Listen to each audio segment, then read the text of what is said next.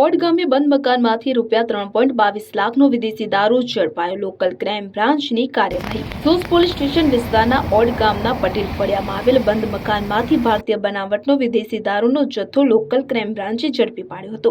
Police મહાનિરીક્ષક Sandipsinh, Vadodara વિભાગ તથા police અધિક્ષક ઇમ્તિયાઝ શેખ છોટાઉદેપુરના માર્ગદર્શન હેઠળ દારૂબંધી કાયદાનો કડક અમલ કરવાના ભાગરૂપે એલસીબી પોલીસ ઇન્સ્પેક્ટર એમએફ ડામોરની સૂચના મુજબ ટીમ પેટ્રોલિંગમાં હતી. દરમિયાન મળેલી બાતમીના આધારે કાર્યવાહી હાથ ધરવામાં આવી હતી.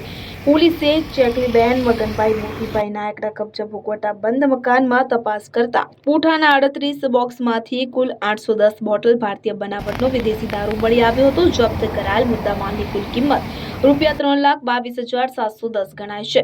મુદ્દામાલ કબજે કરી ઝોઝ પોલીસ સ્ટેશન ખાતે પ્રોહિબિશન કાયદા હેઠળ ગુનો નોંધવામાં આવ્યો છે. આ બનાવમાં વિનુભાઈ ઉદયાભાઈ રાઠવા રહેવાસી ઓડ પટેલ ફળિયા, તાલુકો જિલ્લો છોટાઉદેપુર ફરાર હોવાનું જાણવા મળ્યું છે, જેને ઝડપી પાડવા પોલીસે તજવીજ હાથ ધરી છે. સખી બલોદ, છોટાઉદેપુર.